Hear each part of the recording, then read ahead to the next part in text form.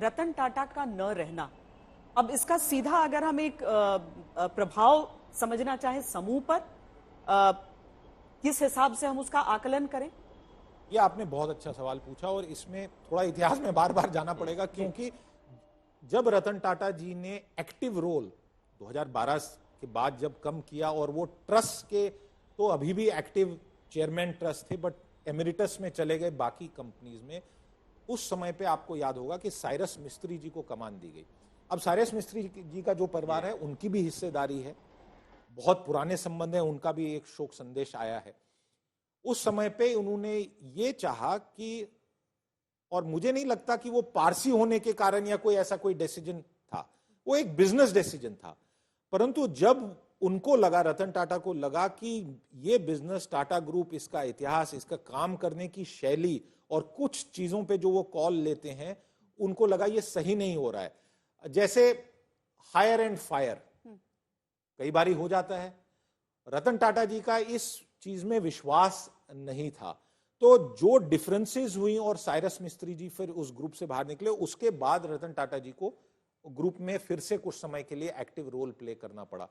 But जो succession है, trust अलग है, मैं टाटा सन्स और ऑपरेटिंग कंपनीज की बात कर रहा हूं, उसका बिल्कुल क्लियर कट है। एन चंद्रशेखर, जिन्होंने टीसीएस को बनाने में बहुत बड़ा उनका योगदान रहा है, कहा जाता है कि फकीर चंद कोहली जी जो टीसीएस के फाउंडर थे, उनके एक काफी ये अच्छे एम्प्लॉय माने। सिद्धार्थ, ये भी साथ में जिमी टाटा की भी तस्वीर हम देख रहे हैं, बहुत वृद्ध और हालांकि व्हील चेयर में आए, व्हील चेयर में आए हैं, पैदल चलकर आगे जाते हुए, और जो परिवार है, और आप देखिए ये भी एक खासियत इस परिवार की, कि आपको बहुत, हमने जीवन लगा दिया कवरेज करने में, पहचानने में कई बार संकोच करना पड़ता है कि हैं, क्योंकि पब्लिक अपने आप को नहीं, पर्दे के पीछे रहते थे और कंपनी और उसके शेयर होल्डर्स और उसकी मैनेजमेंट आगे रहती थी। जो वो बात हम कर रहे थे, आपने जो प्रश्न पूछा था, फ्यूचर क्या है, व्हाट आफ्टर रतन टाटा जी, तो बड़ा क्लियर है कि एक चीज का हम सब इंतजार कर रहे हैं कि जो वाइस चेयरमैन टाटा ट्रस्ट के हैं वो भी हैं, तो कंटिन्यूटी होगी। चेयरमैन जो बनेंगे, कौन बनेंगे, अब इसमें नाम की अटकलें लगाना अच्छा नहीं रहेगा।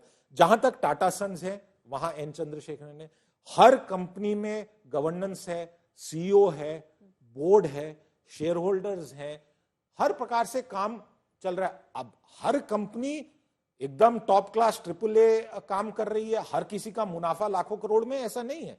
TCS remains the crown jewel, but वो एक बिजनेस में, हर बिजनेस, हर एक परिवार में हर बेटा एक प्रकार का हो, हर बच्चा, हर बेटी एक प्रकार की हो, ऐसा नहीं होता है। इसी प्रकार से ग्रुप की बिजनेस है, बट इस पे कोई सवालिया निशान नहीं। और श्वेता, हमने लगातार आज पूरे सुबह से मार्केट रिएक्शन देखी स्टॉक्स को लेके, इक्का दुक्का कुछ छोड़ के, कहीं पे मार्केट में नर्वसनेस कि अब क्या होगा। इसका कारण क्या है? इसका कारण यह है गवर्नेंस है जी, और सबको पता है मार्केट की कंपनी शेयर सीईओ की बात पे बहुत विश्वास करते हैं।